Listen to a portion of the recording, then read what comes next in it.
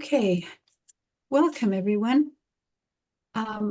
Most of you know about Right Here, Right Now, but I'm going to give you a very, very brief introduction. And then we will hear from Marie Molliner, who works on the Township Sun. First we will hear from Mark Boucher, who has been on the QWF in a number of workshops with Rachel.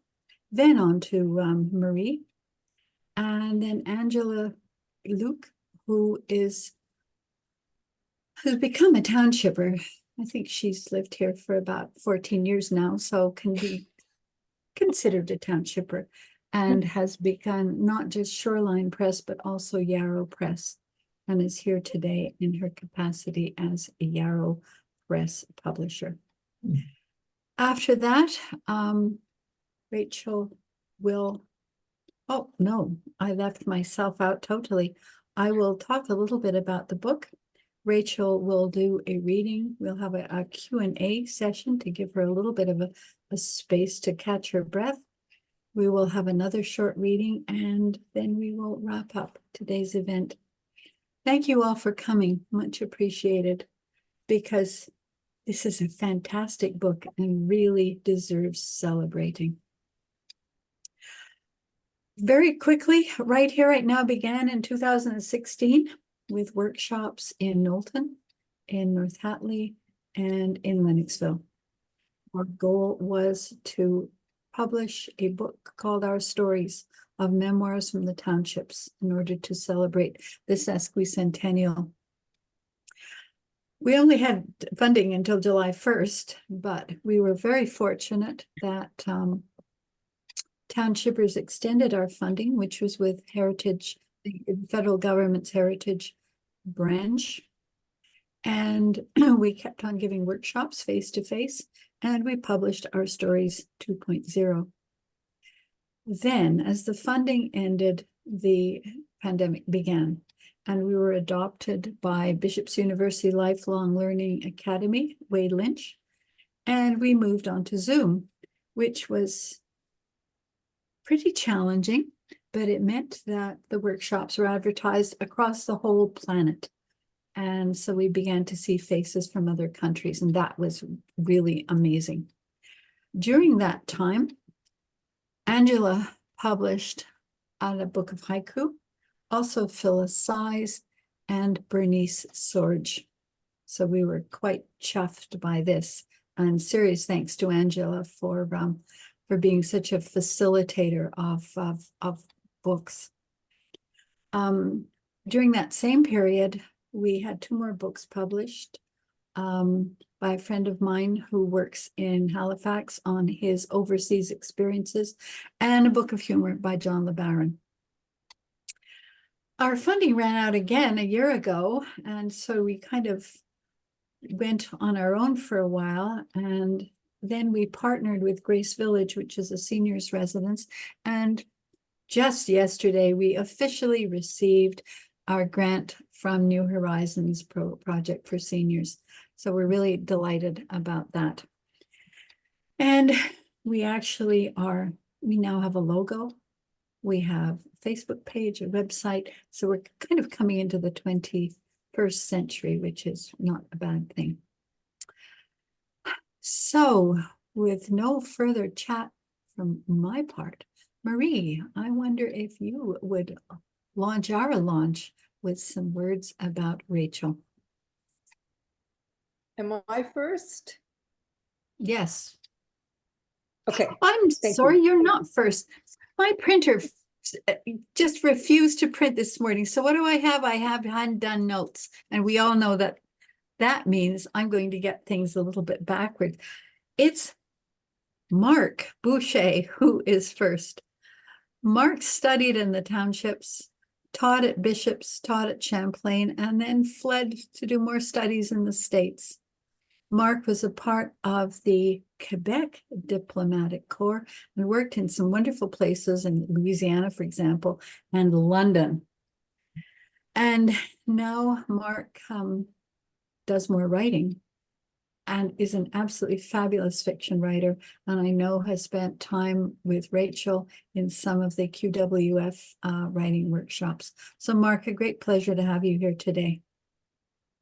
Well, thank you, Jen, and thank you so much for inviting me to be part of this celebration and asking me to speak. It's a real pleasure for me. I'm flattered to have been asked to speak, and it's a chance to share my own appreciation of sorry about that. My own appreciation of Rachel's work, and of course her very being.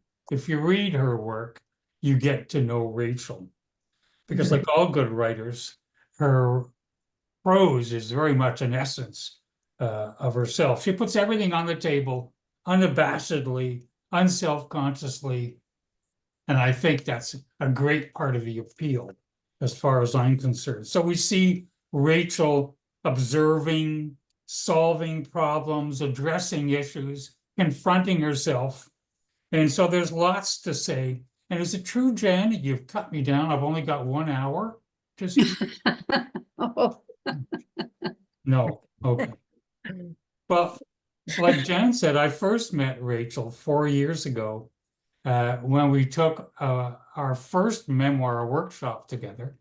And then very shortly after, we took another memoir workshop together with Mark Abley. And we created, and I see Ailey is among us, Ailey created a writing group from that first memoir workshop. And we've been meeting every 2 weeks for the last 4 years. So that's 100 meetings. Wow. That's a lot of reading, and that's a lot of exchanging. And it's been amazing because we provide analysis, comments, suggestions. We exchange a great deal, and of course, a great deal of accolades, which we all deserve, but especially Rachel. So for anybody's familiar with Rachel's work, her prose is what I know mostly. It's very compelling, but it took me a while to understand that one of the reasons that it was so compelling, that her prose, in fact, is just poetry with another vehicle. And it took me a while to understand that, and it gave me even a greater appreciation of her prose. Because it's not only compelling, it's intimate. And they capture the very essence of the themes that she's covering in very, very few words. And I got to say, I'm quite jealous of Rachel's ability to put things in very few words and capture the reality that would take me several pages. I'm very verbose, as you'll see today, but I'm very verbose, and Rachel can capture everything very succinctly. So it's I'm a little jealous of that, but it's poetic in another sense as well, because Rachel has the ability to take even the most mundane themes and make them relevant. I mean, to me, that is an amazing skill. Whether she's addressing life at home, raised in a very strict Mennonite family, or growing and raising rhubarb. Yes, rhubarb. And in fact, her prose on rhubarb also includes haiku, which is all the more compelling. So traveling on a spiritual retreat in India, or like last week, 5 vignettes on washing dishes. And all of them are relevant, humorous, and very, very touching. But with all of these, we all get to see another part of Rachel. So she shares in my mind, she shares the deepest of what's within herself. And even better, I feel, and maybe it's just because of the writing group, but I feel that we're included in the process. We're not here as observers, but Rachel includes us. We become part of the process when we read her work. The struggles, the realities. We're allowed to be part of her most personal moments, and some of them, I know I'm probably going overboard, some of them almost sacred, and we're allowed to be there and to be a part of it. And I've always very much appreciated that. But I think the key word in my mind is that her writing is so genuine. I find that seductive. And how can it not be when we know we're seeing the real Rachel, everything on the table? It makes it not only refreshing, but I guess to a certain degree, kind of seductive. So I'd like to have her skills to be able to combine that prose and poetry, and precise, concise, and economical, which I am not. And I'm going to share with you that I've been afraid of poetry most of my life. I was afraid to open my mouth in high school, looking dumb, to look dumb.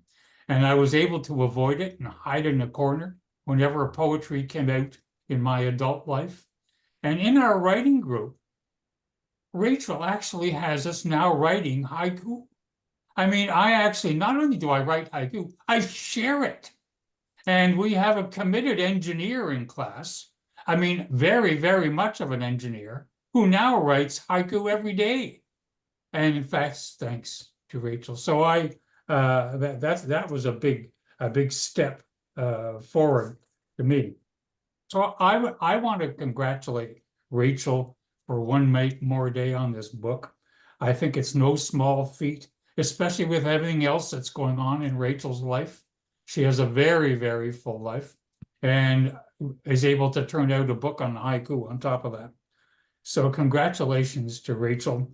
And I also want to congratulate Angela, because I know how it's not an easy process to put together a book publishing, to be involved in book publishing. I lived in Louisiana for 3 years, where they were struggling.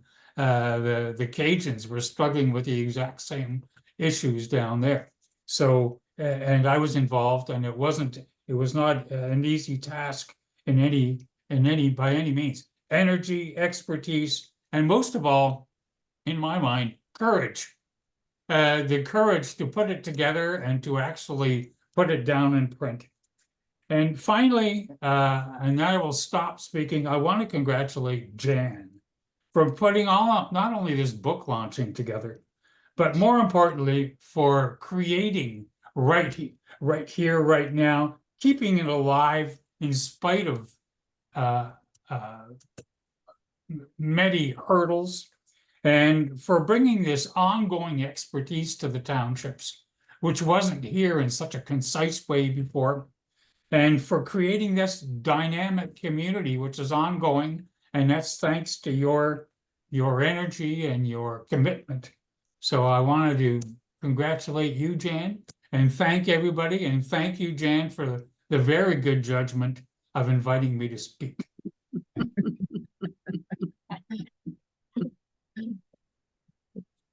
Thank you, Mark. Entertaining as ever. And wonderful points about Rachel's book. Okay, our next speaker is Marie, really this time. Marie started life here in the townships and then went off to Osgoode Hall, I believe, to become a lawyer, and had a distinguished career. Ended up being the head of the heritage program that I mentioned earlier. And when her husband, Kevin, began to suffer some serious health challenges, he gave up his career as, I'm sure, a fantastic judge. And they moved back to the townships. And Marie called me one day and said, the Township Sun is looking for an editor, and I'd really like to apply, but I'm too scared. I don't think I can do it. So I said, well, why don't you apply for assistant editor? That job hasn't been posted, but it could happen. And that's where Marie is nowadays, the assistant editor at the quite marvelous Township Sun. So Marie, take it away. Thank you so much for that introduction. And the irony of this being haiku poems by Rachel, which are short and tight, and our talking heads so far have taken up probably more time than Rachel will speak, but I cannot resist the invitation. So thank you for the privilege of introducing Rachel, because I wasn't quite sure where to start, and I won't go on, but I met Rachel online. And if it had been a dating app like Bumble, maybe I would have swiped right, I think is the right way. I have never done it, and hoped that she would have too. And we would have created perhaps a match made in heaven, because as the editor of the Township Sun, Rachel teaches me things that I thought I didn't need to know about writing. And she's taught me so much about being a good writer and being a good editor. And we met during the pandemic, and Rachel's workshops during the pandemic through Right Here, Right Now were just extraordinarily well researched, so thoughtful. Her slideshows were meticulous. So the quality of her essence came through in those. And then when, as Jan said, the opportunity to volunteer at the Township Sun came up, I thought, oh, I don't know. Rachel had agreed to be editor, and that itself was a huge bonus. But I thought, I don't know if I can meet her expectations, because Rachel's expectations, she doesn't articulate them, but you feel that they are high expectations. And she works. Rachel works like an ox. I'm not sure what the hardest working animal on the planet is. People could have interesting conversations about that, but Rachel works hard, and she never deviates from the bigger picture. And when she took me under her wing, I really began to return to my roots and to my home here in the Eastern Township. So Rachel has made, as editor of the Township Sun more relevant. I think it's fair to say it's beginning to appeal to all ages and agendas. And she's such a formidable thinker, planner, and she executes her work she's meticulous. And she's so kind and caring and considerate. And I cannot believe how much she gets done. I'm astonished that she was able to find time in the cracks and crevices of her day to write a book of haikus. So, Rachel, it's a privilege to be a part of today's introduction of your beautiful prose. And I'll turn it over to Jan, who's going to introduce you, and we'll get to hear your words now. Thank you, Marie.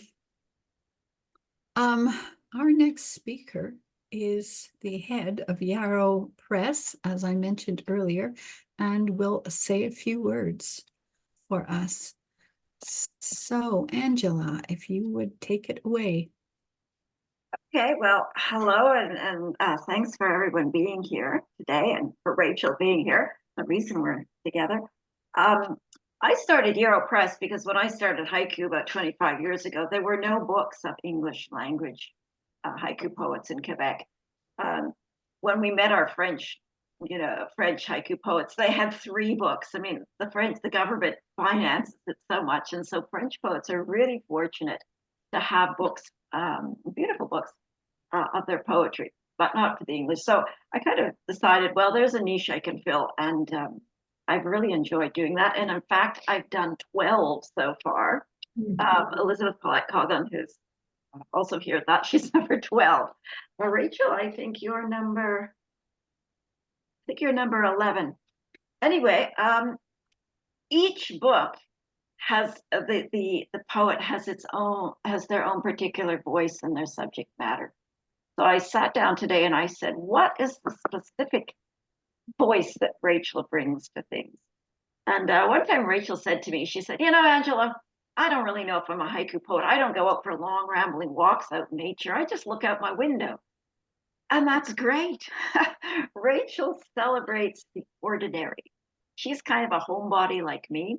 I mean, I love to be around my house and out in the yard and stuff like that. And I think Rachel's a lot like that too. And so celebrating the ordinary is not an easy thing to do. It's a lot easier to write about more dramatic things, or if you go on a holiday and you see interesting things, but to write about what's outside your window or what's going on in your kitchen, it's a bit of a challenge. And for example, Rachel writes a lot about birds. So, for example, she writes about chickadees, the blue jay, evening grosbeaks, woodpeckers, nuthatches, mourning doves, grackles, juncos. Now, these are not birds that any bird watcher will get excited about. They're like the ordinary birds out there every day. But Rachel observes them really carefully. She watches them and she puts us into their world. And the other thing Rachel has is a tremendous amount of empathy and compassion for things like birds, for hens. Rachel, I think, is the top writer of hens in Canada, hens and roosters and pullets back. She's wonderful at that. So she has that ability to do that. The most common, like little animals, like chipmunks and groundhogs, pigs. She writes about those insects, the ladybug, the mosquito, just those ordinary kind of things. And she does it amazingly well, as you'll see. So that sets the context for what Rachel will give you there. When you open this book, you will see those very ordinary things captured in a poem. The other thing she does, which is kind of amazing for a homebody, is Rachel is very connected to the world, to the globe, and what's going on through books, through internet, through television, into her world. The world comes, the outside world comes, and she writes brilliantly about that as well. Those two sides of the detailed sort of observations of the ordinary and commentary on the greatest issue of our times, on war, on ecological issues, all these things. Rachel manages to do those two sides and to do them so well. So as she reads, I'm sure she'll introduce you to those two sides of things, as well as the chickens and the roosters. So anyway, I'm so pleased to have published this book. I really like it a lot. Oh, and the other thing, and perhaps what really enables her to look so carefully at things, is she's also an artist and photographer. And we have some of her wonderful photographs inside the book as well on the cover. So it's that eye to observe and to see beauty in the ordinary. So that's my introduction to Rachel. Thank you, Angela. Angela and I did not speak beforehand. So some of the things that I had planned to say, she has said. However, we will carry on and I will tell you how I've interlocked them. Marie brought me a copy of Rachel's book one afternoon, and I thought, oh, this is nice. I'll just sit down and browse through a few of the haiku. Well, that was a good thought, except I couldn't stop. I read it from cover to cover. I was absolutely delighted with it. Because traditionally, haiku are supposed to be rooted in a season. And all of Rachel's haiku are indeed very much a part of the season in Maple Leaf. And as Angela said, she involves the wild birds to help to establish that particular vision of spring or fall in the townships. But there are other animals that appear. There's the cat, there's some roosters, and there are, as Angela mentioned, those absolutely wonderful hens. So we have these beautifully crafted little portraits of life in Maple Leaf. But each one of the haiku express a more general level, a universal abstraction that is important. It's always embedded there. And the reason I couldn't give Rachel Garber's book an A is the comments that she intersperses. For example, said, red sunrise in Maple Leaf, Ukraine ablaze. That's why it got an A++, because she subtly links many of those portraits of Maple Leaf into a larger world. And of course, in the country, I think all of us would like to block out the terrible things that are happening elsewhere. But Rachel will not let us do that. She makes sure that we don't forget where we are. And I think that's splendid. And it's subtly done. It's not a hammer over the head. It's a simple segue from Maple Leaf to somewhere else. So it is a book that gets an A+++. Rachel, in a few minutes, is going to tell you how to buy her book. And I really and truly hope that you will, because it's not only a book that you will read first time around cover to cover, it's also a book that you will go back to and look at again and again. Rachel is a superb crafter of the haiku. And believe me, a lot of people write haiku, but it's not as good as these. So Rachel, sincere congratulations. But just one thing before I finish. It's those hens. They're kind of like a feather fluffing Greek chorus, and they make wonderful, wonderful comments. For example, almost the last haiku in the book, hen sets with eyes closed, inner vision. It says it all. That's what a haiku should be about. So Rachel, congratulations. It's wonderful. It's one of the best books of poetry that I've ever read, without exaggeration. So Rachel Garber, over to you. Well, I'm very abashed and very grateful. First of all, Jan, thanks so much for organizing this and for all of your mentoring through Right Here, Right Now. And it's much appreciated. And Angela, thank you. And well, Mark, Ailey, I see everybody here that I should be thanking profusely in person, but I don't have as much time as Mark did, so I better go ahead. So one more day has been a real adventure for me. When I was a teenager, a poem was the first thing I had published.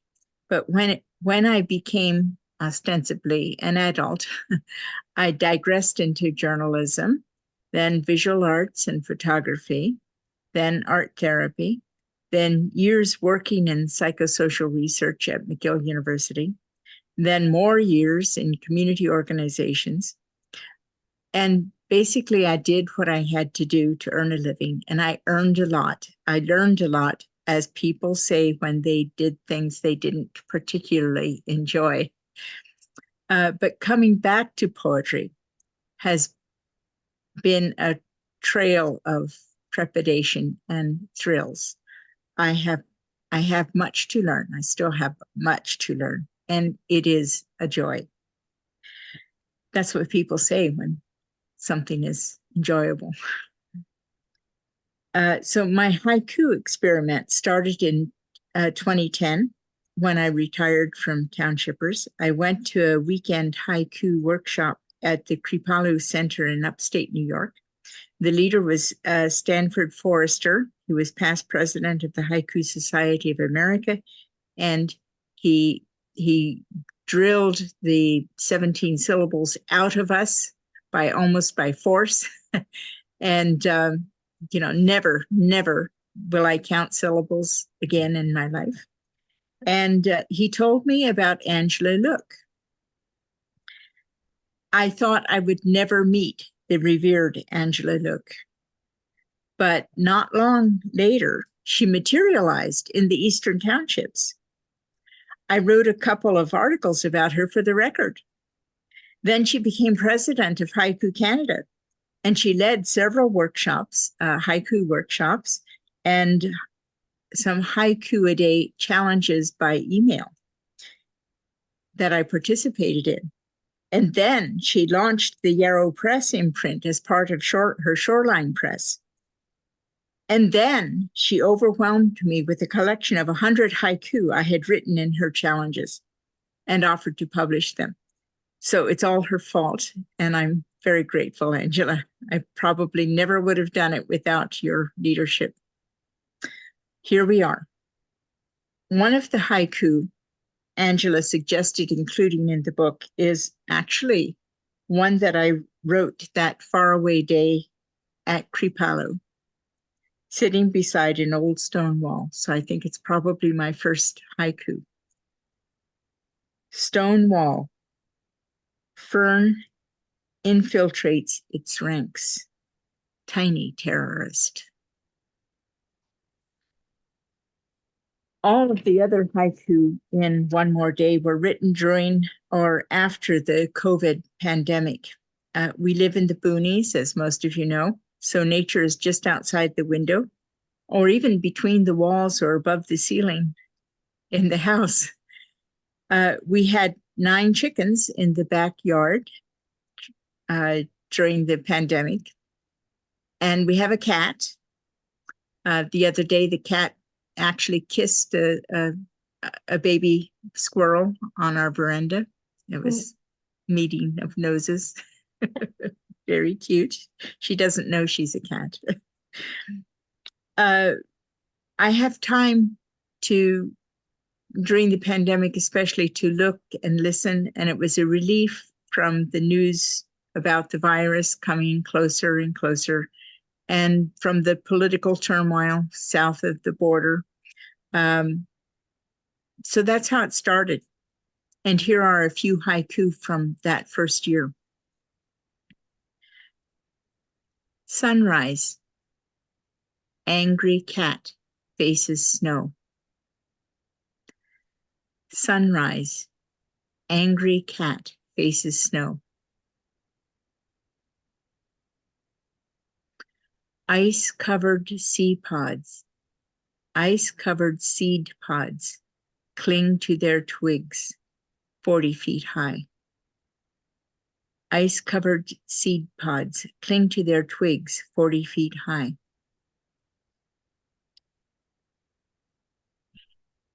Invading the morning. Evening grosbeaks. Invading the morning. Evening grosbeaks. Soft snow muffles even the rooster's song. Soft snow muffles even the rooster's song. I have these several streams of writing going back and forth in my head. There's journalistic writing, there's creative nonfiction, mainly memoir, and there's poetry, which I feel least sure about in terms of my writing skill. But to me, haiku is the most stripped down intent form of poetry, and it has changed the rest of my writing enormously. I can see the change if I go back and read my work because of the influence of my work, my haiku writing. But in the haiku, it's that capacity to bring together 2 contrasts so that it can surprise the mind or express a relationship between 2 disparate elements. And I enjoy this aspect. It's like a pinhole that enlarges your view of the world. Over time, I began to enjoy writing haiku that bridged the little world of nature around the house and the larger world, and even those aspects of the larger world that we might find most discouraging. So here are a few that express that. Crawling across rioters on January TV screen. Woke housefly. Crawling across rioters on January TV screen. Woke housefly.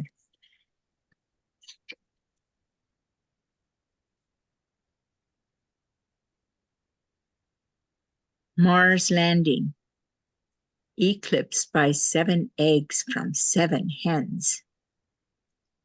Mars landing eclipsed by 7 eggs from 7 hens. Fall inferno. Chipmunks cheap against climate change. Fall inferno.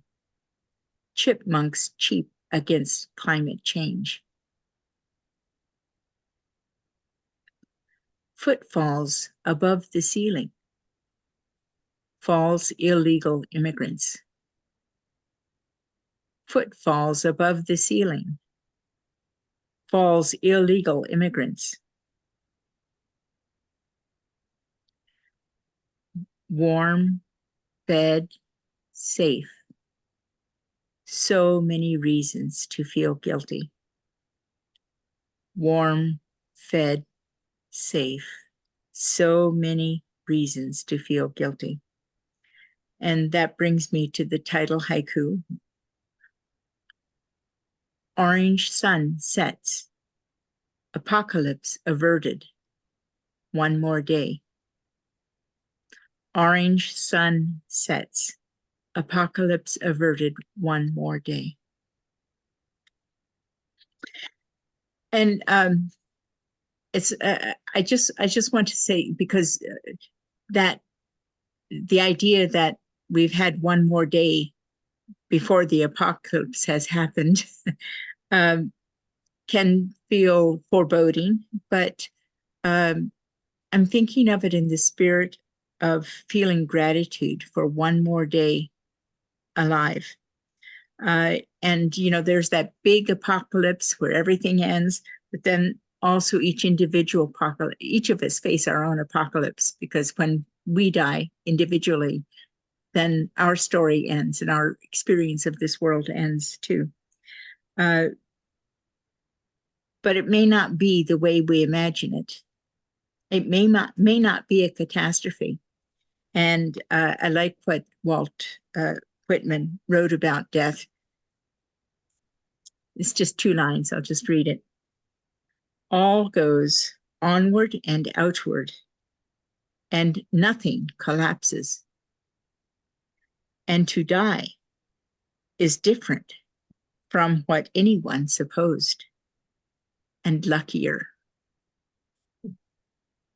And there I will stop for now.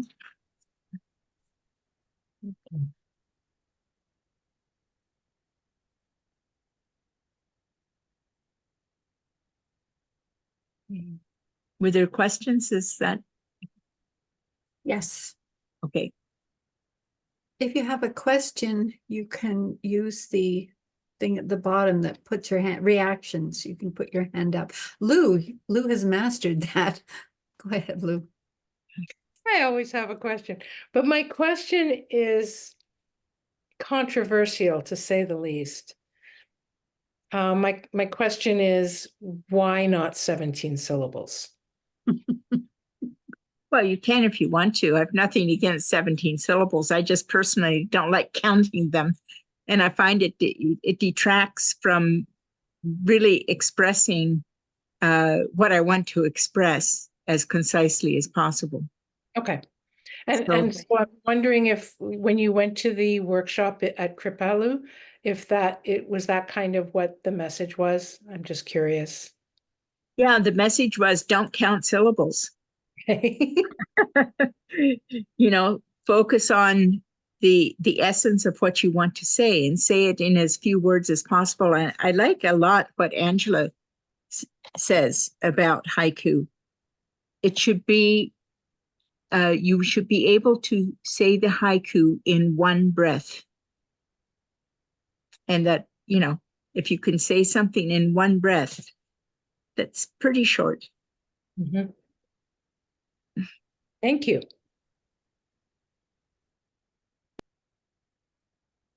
You know, I'm really not an expert on haiku in general, but should be asking Angela these things. I'm sorry, Jen.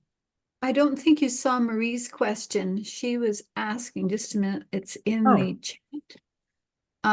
Rachel, what is your writing practice daily? Okay. I don't have a daily writing practice. I am a binge writer. Okay. when I start a project, I really just like to focus on it, and if don't get it done, I just like to focus on it for a good block of time. So I may be in a haiku mode for like a series of days, and just write a bunch of haiku, and then not write haiku again for the next week. And I might work on something else. So in Jan's workshop last week on flash memoir, so I wrote a little piece on washing dishes, and then I binged on flash memoir and washing dishes, and came out well. So far I have 5 flash memoir pieces about washing dishes. So that's my practice. I think I'm old enough now it's like play for me. Not that it's easy, but that I really get involved in it, really enjoy it, and I don't want to leave it until I feel like I don't know, somehow satisfied and can go and do something else. So, I used to wash dishes with a book propped in front of me, and I would spend all afternoon at the dishpan so that I could read my book, because as soon as I finished washing dishes, I'd be called away to do another task, another errand or something. So that's it. I see Scott's hand is up. And that's how I unmute. But would you write washing dishes? My question is more a favorite time of day. Do you have a preferred time of day when you write? And do you need anything particular in your surroundings? I need quiet in my surroundings, and I need quiet, i.e. not people talking to me. And as the people around me can tell you. And I write best in mornings. Yeah. I used to write at night, but somehow mornings, the older I get, the more of a morning person I become. But I think I don't know, Virginia Woolf talked about having a room of your own. And I think somehow just having the time and space of your own, having, it's a very introspective process, and being able to focus is really important to me.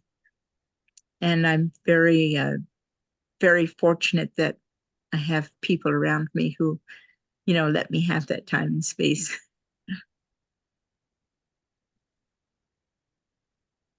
By the way, I know that's my sister there. I said I didn't know who Lois Imack was, but of course I do. She's my sister Lois from Pennsylvania. But she's been being very discreet, but I know she's there. Hi, Lois. Hi. Thank you for being here. You're welcome. I'm laughing sometimes. Oh, good. I know exactly which parts you're laughing at.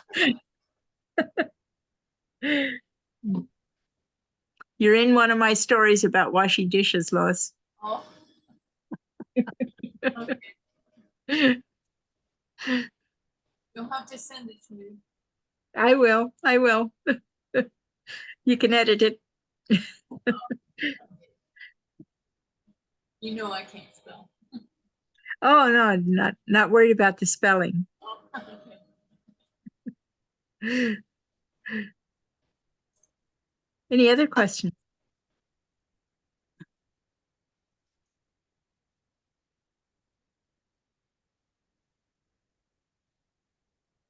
I'd like to ask a question. What is your next book? Oh my God. I am not sure, but the rhubarb is calling out to me these days. I probably will change it radically, but I'll probably work on my rhubarb. Haibun is what I'm doing. So it's prose and then haiku, prose, haiku. But I think it's going to look very different from what it looks now. You know, For those who don't know, Rachel has had a passionate love affair with rhubarb. yeah, but then, you know, we fell on rocky times, rhubarb and me. This year, I just let it go to seed. It's really marvelous, but, you know, I've really neglected it.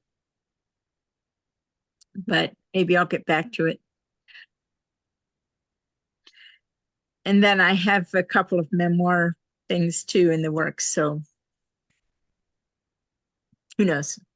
Mhm. Well, I think the wonderful thing about doing a haiku book is you can put it together and you can finish it. And you go through the whole process of doing a book, editing, selecting, organizing, proofing of a haiku book. And it's sort of like a wonderful primer for, okay, I've got a haiku book. Now I'm not intimidated by a book. I'll go and do another one. Mhm. Mhm. I think there's a lot in what you say. Yes. Yeah. It's now I know it's possible.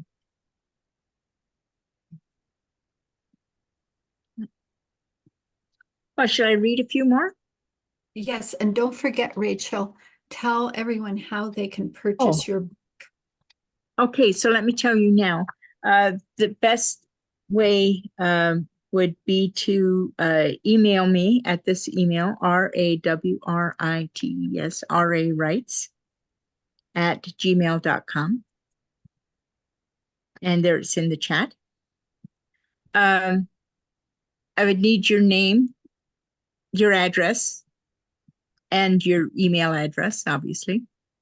And then you could send me payment for the book by Interact transfer, and $10, which is less than you would pay in a bookstore. And for shipping, it's $4 in Canada and $6 in the US.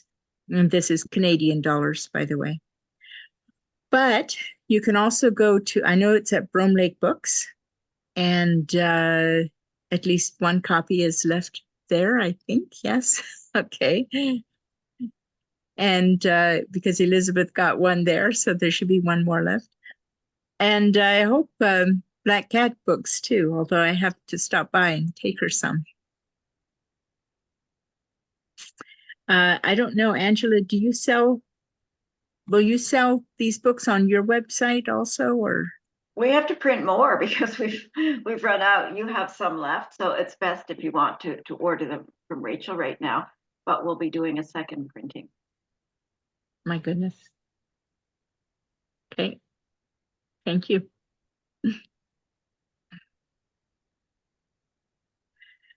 Okay, yeah, so that's easy, actually. So will you read a few more for us, Rachel? Sure. All right.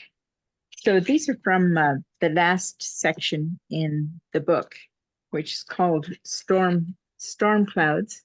And that's a photograph, glorious clouds, that's on the 212 on the way to Cookshire.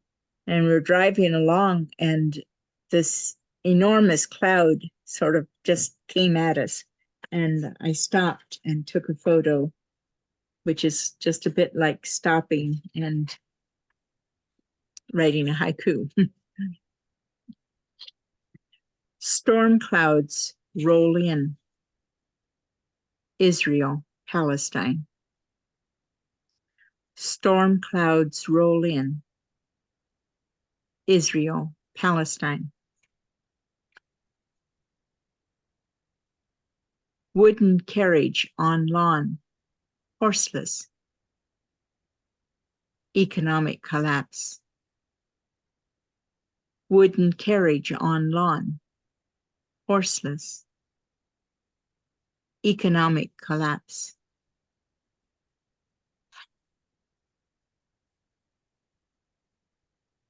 Death by 1,000 fires. Carpet bombing Gaza. Death by 1,000 fires. carpet bombing Gaza.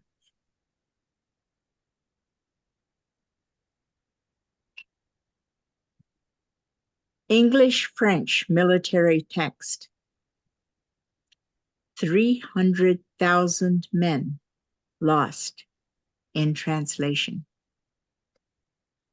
English-French military text. 300,000 men lost in translation. Actually, that was, I was asked to edit a text that had been translated from French to English. And literally the English text said something like 300 men had been lost, and the French one said 300,000 men had been lost. It's incredible.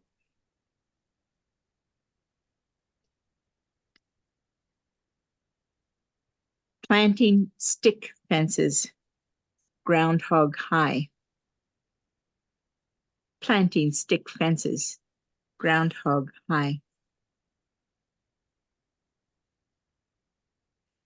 Through skeletal trees, factory pig barn revealed. Through skeletal trees, factory pig barn revealed. And the last one, squirrels invade the bird feeder. UN charter violated. Squirrels invade the bird feeder. UN charter violated. Thank you. Thank you. Thank you so much, everyone, for coming. I really appreciate it. It wasn't so bad. It was fun. Thank you. Thank you, Rachel. That was great. Yeah, it was Thank great. you. Thanks a lot. Thank you for sharing so much. Yeah, it was great.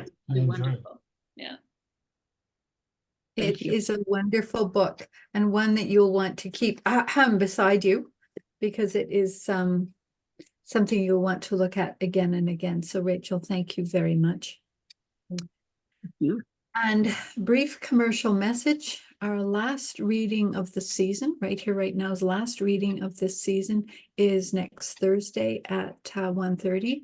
And if it will be on our Facebook page, if you don't mind going to Facebook, and it will be at whwn.ca. So I would encourage you to come along. We run a very tight ship. In other words, I become sergeant major, so we don't chat a lot. It's one reader introducing the next, and so on. So I hope that you can. Oh, I know that cat. I hope that some of you can come. Thank you all for coming today. Thank you for letting me record this. And as I said earlier, it will be posted on our website. So, Rachel, thanks for writing this book and giving us a chance to get together to hear you read. It much appreciated. Thank you very much. And what a lovely kitty.